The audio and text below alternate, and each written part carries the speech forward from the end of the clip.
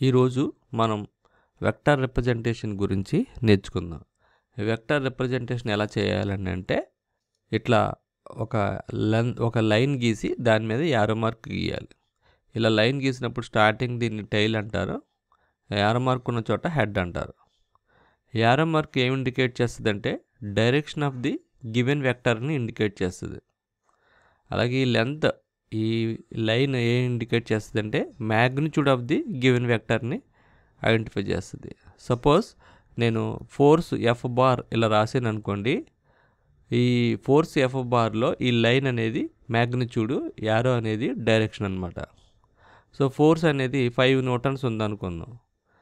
ఈ 5 న్యూటన్స్ అనేది ఒక మ్యాగ్నిట్యూడ్ మనకి చెప్తుంది. అది ఏ డైరెక్షన్లో వెళ్తుంది అని అంటే ఏ ఎక్స్ బార్ డైరెక్షన్లో, ఎక్స్ డైరెక్షన్లో వెళ్తుందని, లేకపోతే ఏ వై డైరెక్షన్లో వెళ్తుందని, లేకపోతే ఏ జెడ్ డైరెక్షన్లో వెళ్తుందని ఇలా మనం చెప్పచ్చు అనమాట. ఓకే, ఇది రిప్రజెంటేషన్ ఆఫ్ వెక్టర్.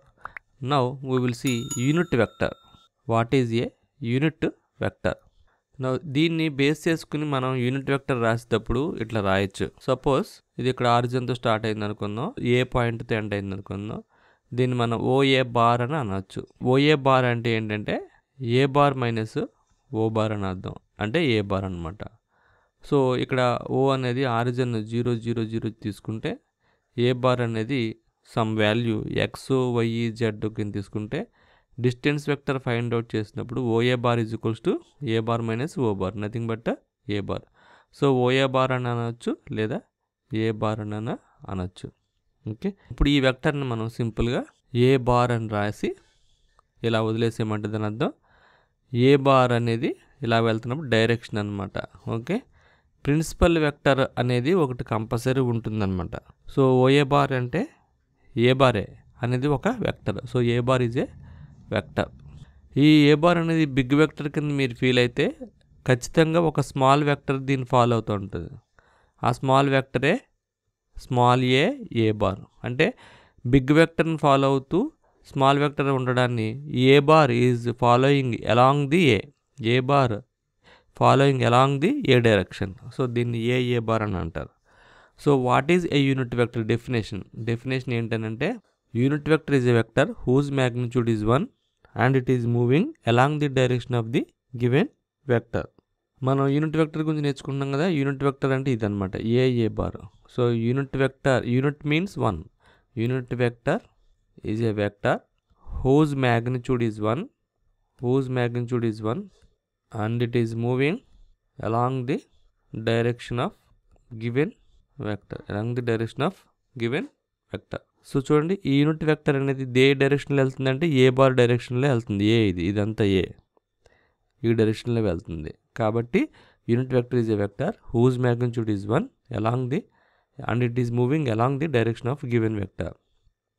ఓకే, దీన్ని మనం ఏ బార్ని ఇలా రిప్రజెంట్ చేయొచ్చు. A bar modulus of A. Okay, అంటే ఇది magnitude, this value is magnitude and it is the direction. So any vector having the magnitude and direction, this is the only 1 point you should remember. మీరు ఎట్టి పరిస్థితుల్లోనూ unit వెక్టర్ని మనం ఇలా గుర్తుపెట్టుకోవాలి. Unit వెక్టర్కి మ్యాగ్నిట్యూడ్ అండ్ డైరెక్షన్ రెండు ఉంటాయి. ఓకేనా? దీన్ని ఇంకా సింపుల్గా అర్థం చేసుకోవాలంటే మీకు ఒక బనానా ఇచ్చాను అనుకుందాం. సో ఒక బనానా 5 పీసెస్ చేసామనుకుందాం. సో ఈ 5 పీసెస్ అనేది మ్యాగ్నిట్యూడ్. సో ఒక్కొక్కరికి ఒక్కటి పంచినప్పుడు ఒకటే పంచాం కాబట్టి 5 × 1 అంటే ఈ 1 అనేది యూనిట్ వెక్టర్ ఏ బార్, 5 అనేది మ్యాగ్నిట్యూడ్ ఈక్వల్స్ టు 5 అనేది వెక్టర్. ఓకే, ఈ విధంగా మీరు ఐడెంటిఫై చేసుకోవచ్చు.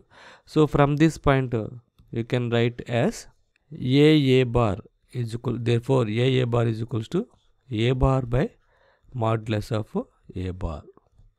So this is called unit vector. దీన్ని ఏమంటారంటే యూనిట్ వెక్టర్ అంటారు.